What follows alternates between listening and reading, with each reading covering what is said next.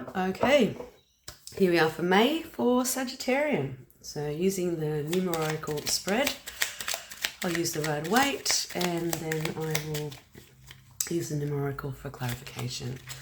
10-minute tarot, trying to stay under 10 minutes so you can get as much information as quickly as possible.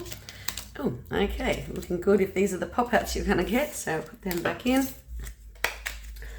One more shuffle for Sagittarians for the month of May 2025. Let's do it. Okay, there's a card there that's flipped, so where your body is at, where your head is at. What's the root of this? Where your body's at, your head's at, and what's the root of this? Where your body's at, where your head's at, and what's at the root of this for Sagittarian.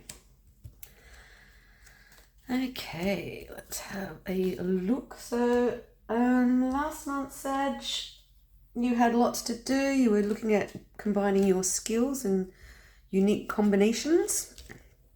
And it left you feeling like at the end of the month that you had a little bit more to discover. So let's see what's happening now. So the beginning of the month, pausing to reflect, having a look at your assets, feeling pretty good, feeling like an emperor, feeling like there's a fair bit of control, balance and leadership.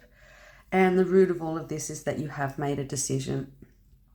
So this decision is going to impact everything else. In the middle of the month, a bit mysterious now, we've got the High Priestess. So a little bit of mystery, a little bit of moon.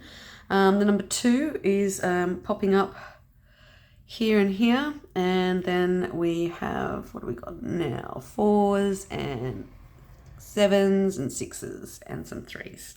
Okay, so middle of the month. Looking to new opportunities to create something, and you are feeling supported. You are working collegially with others to create a new project, but it's still in the early stages, and possibly the outcome, the output is still undecided, not 100% sure. Towards the end of the month though, you're feeling not as great. There's sort of this sharp piece of knowledge that comes in, a bit of clarity, and there's a realization that you're probably going to have to move on. Before you move on though, you're feeling like you have to prepare yourself that you potentially could be under attack. So not so great. So recapping, beginning of the month, reassessing, looking at last month and the decisions that you made. You're feeling quite good about that and in control and the king of your own castle.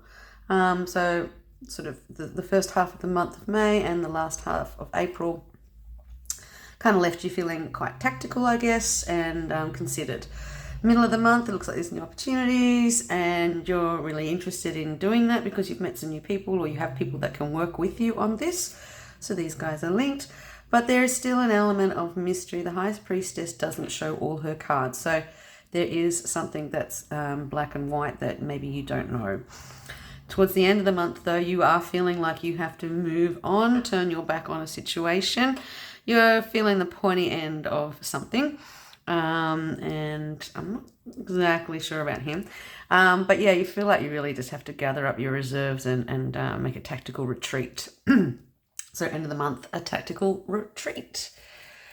All right, let's see what the numerical deck says for you for Sagittarian. So let's look at the 7 of Pentacles, the High Priestess, and the 5 of Wands. Let's have a look for Sag.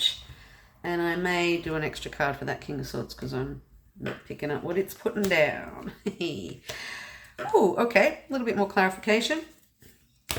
So, very definitely a time of reflection, looking at what has happened and the decision that you made, sort of deciding whether or not, or just thinking about that. You've got, that's in your emotional house, I suppose, here in the head in the sand, we're in more the psychic. So, and that goes really well with the High Priestess. So this whole psychic energy, this known unknown. So definitely, I think some of this mystery is that you're not confronting or looking head on. You've got your head in the sand, or someone else has their head in the sand. So you know, you're burying your head in the sand. You're not looking for the obvious. You're ignoring the obvious, and you'd rather do that and sort of have this sort of turmoil than to face the truth.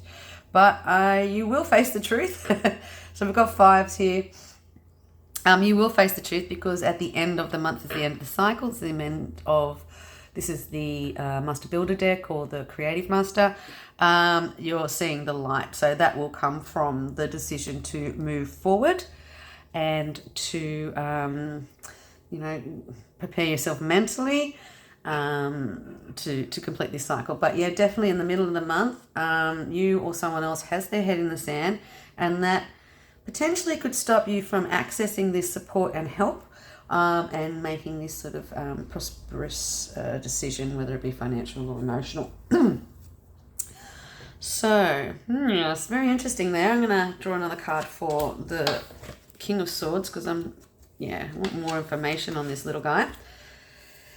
So the outcomes of last month have left you in a reflective mood, and you sort of still feel pretty good about everything and the choices you made. But in that middle of the month, even though you have support, there is some mysterious element that is preventing you from having full access to all of the data and information.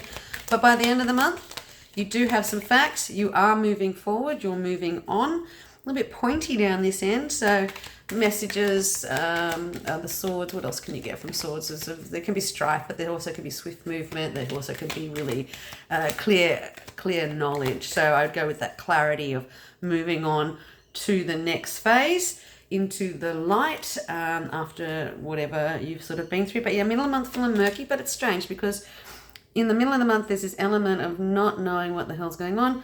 But there's these great cards on either side. So your head and the whole point of it all is not too bad, but you are definitely feeling like, what the hell?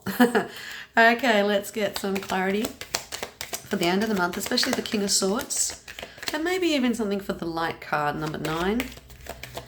King of Swords. Okay, yeah.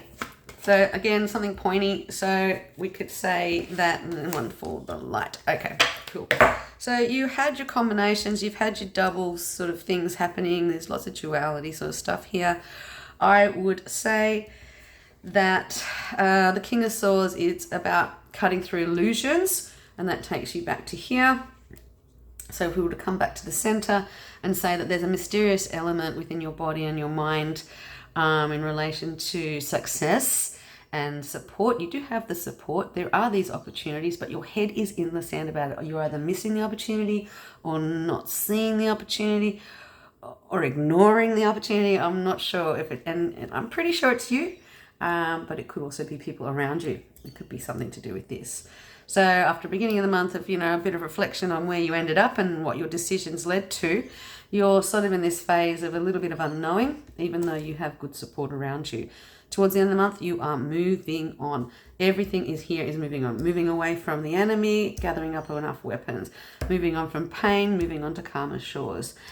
Clarity of information, cutting ties, and that's an emotional thing. So perhaps there is an emotional element to this reading.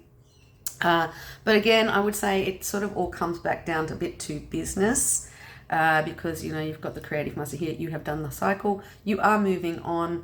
In your head you feel like you have to be a bit more prepared, but the root of all of this is that you had to cut ties with previous scenarios or situations to bring you further, and perhaps in the new phase, in the next month, there'll be an opportunity to work with others or to combine your skills. I'm pretty sure you had that card last month. If we look at what is the astrology for the month, it's pretty typical of you, embracing your adventurous spirit and exploring. I don't think I've ever met a dull Sagittarian in my life. And don't be afraid to venture outside your comfort zone and take risks that will lead to personal growth. So this is definitely moving on out of the comfort zone. This is quite comfortable. This is a little bit perplexing. So from this moment, you may move out of your comfort zone to resolve a cycle. Wow. It's looking pretty juicy, Sag. I'd love to know what it is in real life for you. All right, have a wonderful May.